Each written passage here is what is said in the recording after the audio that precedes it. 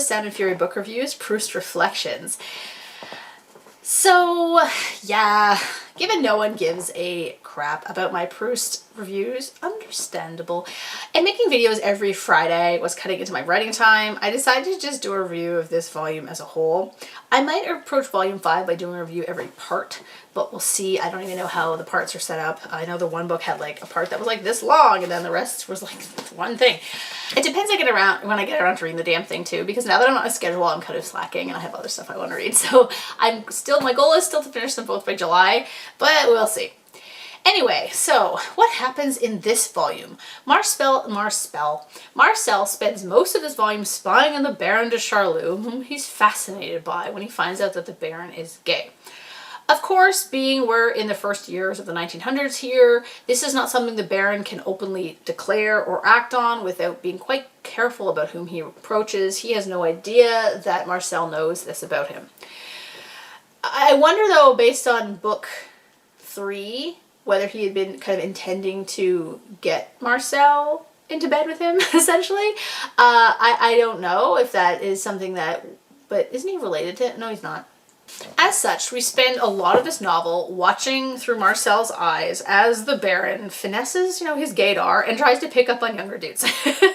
Marcel seems to see the Baron's sexuality as something amusing, which, with which to pass the time.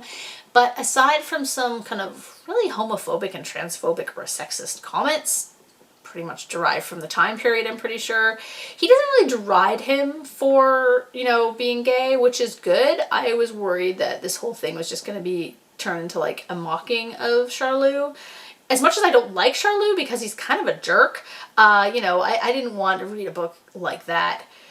And then again, Proust was gay in real life. So how much of the Baron's story is based on kind of his own experiences with it? I think that's kind of the most interesting thing you can get from this book, is that you can, if I were to do a more deeper read of it, you could really kind of take a guess as to how much of it was from experience and not just him making it up.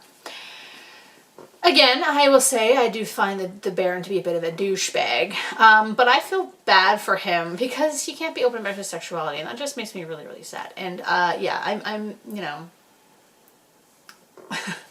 I don't think I have to go into why. France at the time was more permissive of homosexuality in a legal sense than the other countries at the time, as in 1791 the penal code decriminalized it. But that doesn't mean it wasn't, looked down on as being immoral by other people.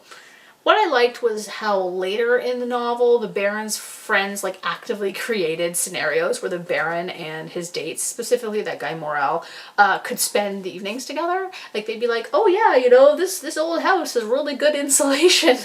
You're like, okay. It's pretty funny. It's nice though that his friends, were trying to help him out, because it's clear that his friends don't, while some of them might not kind of approve of it, or they think it's kind of funny, they definitely aren't ostracizing him because of it, which I think shows that a lot of people really don't care what you do with your spare time as long as you're not hurting other people, which is how the world should be. So yeah, I thought that was kind of an interesting revelation. You would think that, someone like Madame Van Duren would be opposed to this, but no, she was trying to help him out, which I thought was really kind of nice. As usual, though, most of the book is about this, but Marcel is also in the book, obviously, and he annoyed me as usual in this book. His obsession with whether Albertine was also gay was so annoying, and he treats her like crap all the time, whether by manipulating her, infantilizing her, being possessive of her, or downright yelling at her. Marcel wants her to be faithful to him and only to him, but he refuses to stand up to his mother and marry her despite her low situation in life. It's just like, Marcel, you're such an asshole. So yeah, that's kind of the gist of the book, really. This is a lot, but there's not anything else in it. I found this book more engaging than the Gramantes Way, but definitely not as engaging as the first 2 books. I think because Marcel is such a jerk. There's some quotes that I liked from the story. Calling someone a sterile jellyfish is an amazing insult. Sometimes the future is latent in us without our knowing it, and our supposedly lying words foreshadow an imminent reality. I thought that was an interesting concept. A little bit of prescience, but also probably just your, your mind making connections subconsciously. These images selected by memory are as arbitrary, as narrow, as elusive as those which the imagination has formed and reality has destroyed.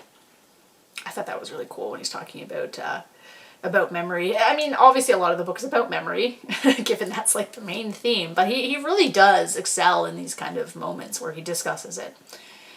For snobbishness in changing its object does not change its accent. I thought that was really cool. That no matter what you do, if you're a rich snob, you're going to be a rich snob. The sound distinctly caught of each wave breaking in turn had something sublime in its softness and clarity. Oh, I love when Marcel talks about the sea. I just love it. This is why I read these books, because I honestly wish that he would just talk about the ocean all the time. I would read 500 pages of him just describing the ocean, because I love the ocean. That's why I named my daughter after the ocean. For the instinct of imitation and the absence of courage govern society and the mob alike. That was kind of interesting, comparing the two. The rule among the human race, a rule that naturally admits of exceptions, is that the reputedly hard are the weak whom nobody wanted, and that the strong, caring little whether they are wanted or not, have all along that gentleness which the vulgar herd mistakes for weakness. Yeah. Mr. de Charlus made no reply and looked as if he had not heard, which was one of his favorite forms of rudeness. As much as I can't stand the Baron, he is a pro at being a jerk to people. I would this is what I'm gonna do. Actually, I've done this to people before. In many moments of our life, we would barter the whole of our future for a power that in itself is insignificant. I thought that was really interesting too.